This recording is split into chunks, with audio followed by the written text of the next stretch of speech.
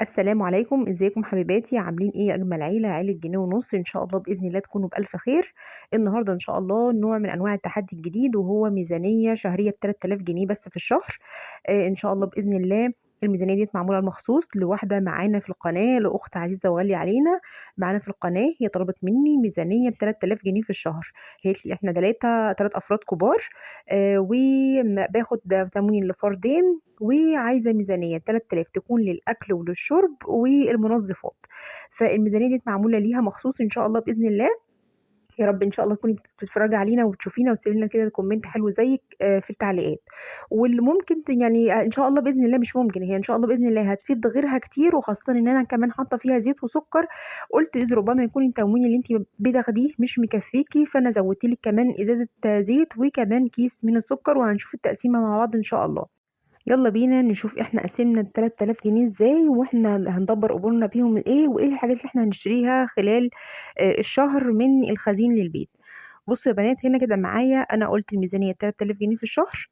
عايزين نعمل لهم كده ايه تقسيمة تكون حلوة. الاول انا حاطط اول حاجة وهي السوبر ماركت وبقوليات، حاطط لهم 625 جنيه. هي كده قدامكم عشان خاطر لو حد عايز ياخدها سكرين شوت يا بنات. زي ما انتم شايفين، انا حطيت فيها ايه، حطيت 6 كيلو من الرز، الكيلو ب 25 جنيه، يعني هيعملوا 150 جنيه.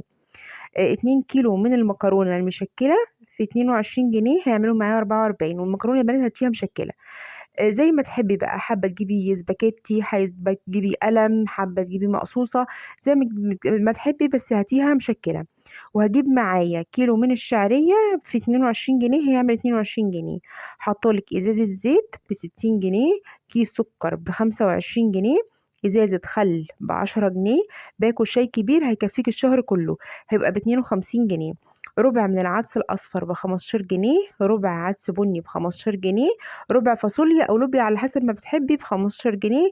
3 كيلو من الدقيق ب 60 جنيه. وكمان حاطالك البهارات مشكله، فلفل اسمر، ملح، كمون، السبع بهارات، هتستخدميها في كذا وصفه.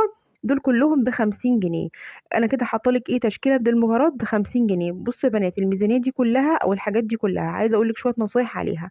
اول حاجه، لما تيجي تشتري، اشتري من مكان بيبيع جملة او بيعمل عروض على الحاجة اللي انت محتاجاها عندك في المشتريات. مش تشتري بأي عرض، انت يعني حتى لو مش محتاجة فكرة ان هو عرض وخلاص، لا، لازم تكون حاجة من الحاجات اللي انت محتاجاها. تاني حاجة، لازم تعملي جرد كده للبيت عندك، تشوفي ايه الحاجات اللي موجودة وايه الحاجات النواقص اللي مش موجودة عندك، وايه الحاجة اللي ممكن مثلا تكملي عليها ويكفيكي الشهر. دي تاني حاجة. تالت حاجة يا بنات عايزة اقولك، هي الدقيق. الدقيق من الحاجات الحلوة جدا جدا، واللي بتبقى مليانة مالية البيت بركة وخير عندك في البيت. بحيث ايه؟ بحيث ان انت مثلا لو في يوم اتزنقتي ومش عارفه محتاره تعملي ايه على العشاء مثلا لاولادك، ممكن مثلا تاخدي كوبايتين من الدقيق. كوبايتين دقيقة تعمليهم صينية كيك كده مع كوباية شاي، وهيبقى يوم عشرة الدنيا مشيت تمام ومية في العشرة. وبعدين أساسا الدقيق عندك في المطبخ حاجة أساسية وحاجة ضرورية مفيش غنى عنها. انتي محتاجة بتعملي بشاميل هتحتاجي دقيق، عايزة تعملي عجة بيض محتاجة دقيق، عايزة تعملي قرنبيط محتاجة دقيق. فحاجات من الحاجات الأساسية اللي لازم تكون موجودة عندك في البيت. نيجي بعد كده لبند اللحوم، وأنا حاطه له 900 جنيه.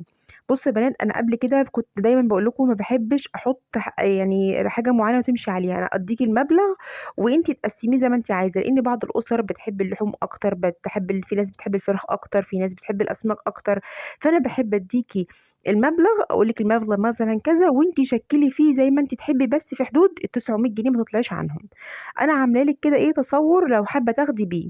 التصور دوت ايه، اول حاجه حطالك ادام هنقول توفير وميزانيات، يبقى ملك التوفير هي اللحمه المفرومه. هتجيبي 300 جنيه، 300 جنيه كيلو من اللحمه المفروم. بص، ده ملك توفير بتستخدميه في وصفات ووصفات كتير جدا جدا، بيدخل في كذا وصفه ووصفه. تاني حاجه، حطالك 2 كيلو سمك ب 160 جنيه، وحطالك ب 350 جنيه. هتجيبي فرختين هتجيبيهم كبار، وهتقسمي الفرختين دول ل 16 قطعه، يعني كل فرخه على 8 قطع، وهتكيسيهم وتحطيهم عندك في الفريزر. وحطالك بنص كيلو كبده شرايح ب85 جنيه. انت حابه التشكيله ديت او التقسيمه ديت، تمام. طب حابه مستغنيه عن المفروم وعايزه تجيبي مثلا اسماك وفراخ، يبقى البند بتاع المفروم ده دخليه مع الاسماك او الفراخ. بصي العبي فيهم زي ما انت عايزه، بس بحيث ان انت ما تتخطيش ال 900 جنيه اللي احنا حاطينهم. نيجي بعد كده للفطار والعشاء. الفطار والعشاء يا بنات انا حاطاله 820 جنيه. ال 820 جنيه دول هنجيب بيهم ايه؟ هنجيب بيهم اول حاجه كرتونه بيض ب 130 جنيه.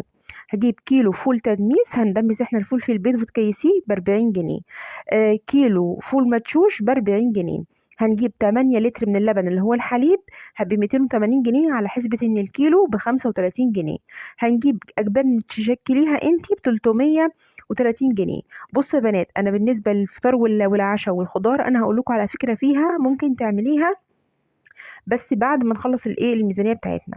كده انا عندي في بند الفطار والعشاء هيقطع معاكي 820 جنيه. كده انت عندك بيض وعندك فول وعندك طعميه وعندك اجبان وعندك لبن للفطار والعشاء. نيجي بقى للخضار. انا حاطه لك 500 جنيه شهريا، يعني في مقدار 125 جنيه اسبوعيا.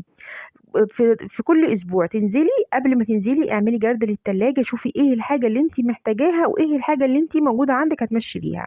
حاطة 3 كيلو طماطم ب 30 جنيه، كيلو بصل ب10 جنيه، نص كيلو فلفل ب10 جنيه، 2 كيلو ونص من البطاطس ب25 جنيه. صنف خضار زي ما تحبي بقى. عندك اليومين دول في سبانخ وفي قلقاس وفي بسلة اللي انت تحبيه. وحاطة صنف فاكهة ب30 جنيه.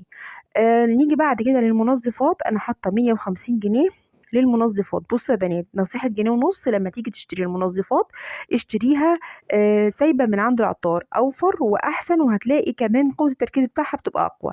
اول حاجة انا حطاها 3 لتر من الصابون بتاع المواعين ب 30 جنيه، على حسبة ان اللتر ب10 جنيه. صابون التويلت اللي هو الاربع قطع مع بعض دول عاملين 40 جنيه، يعني بيبقى عليهم عروض، اشتري لك عرض منهم. مسحوق غسيل. بصي مسحوق الغسيل بقى، لو انت غسلتك اللي هي الاوتوماتيك هتجيبي المسحوق السايب. المسحوق الكيلو فيه عامل 35 جنيه، هتجيبي لك 2 كيلو ب 70 جنيه. لو انت مسحوقتك اللي هي غسلتك اللي هي العاديه او الفوق اوتوماتيك هتوفر كمان معاكي في حكايه الايه المسحوق ديت. هتجيبي لتر من الكلور السايب ب10 جنيه. يبقى كده انا عندي حسبة المنظفات كلها عاملة معايا 150 جنيه بالنسبة للمنظفات. نيجي بقى بعد كده للفكرة اللي انا قلت لكم عليها، وهي فكرة الفطار والعشاء. بصي انت ممكن تعملي ايه؟ ممكن تجيبي السوبر ماركت والبقوليات وتجيبي برضو اللحوم وتجيبي المنظفات كده ايه شهريا. نيجي للاتنين دول اللي هم الفطار والعشاء والخضار، تجمعيهم على بعض وتقسميهم على الشهر. انا لو مكانك بصراحه هعمل كده. يعني انا لو جنيه ونص في البيت انا عندي، انا همشي بالفكره دي. هجيب اللحوم وهجيب السوبر ماركت والبقوليات والمنظفات بالشهر، وهاجي على الخضار وعلى الفطار والعشاء وهقسمهم على الايه على الاربع اسابيع. انا عندي ايه؟ انا عندي بند الفطار والعشاء 820 جنيه، لو جمعتهم على 500 جنيه بتاعت الشهر بتاعت الخضار هيقطعوا معايا 1300. اقول لك هيقطعوا معايا كام بالظبط. هيقطعوا بسم الله الرحمن الرحيم، هيقطعوا 1320 جنيه. ال 1320 لو قسمناهم على الاربع اسابيع هيقطع لي 330 جنيه في الاسبوع. 330 جنيه انت هتجيبي بس بيهم الخضار وحاجات الفطار والعشاء، هتجيبي شويه حاجات زي الفل وهيمشوا معاكي الاسبوع وزياده. بص انا هنا حاطه ايه؟ حاطه نص كيلو فول تدميس ب20 جنيه، ونص كيلو فول مدشوش ب20 جنيه.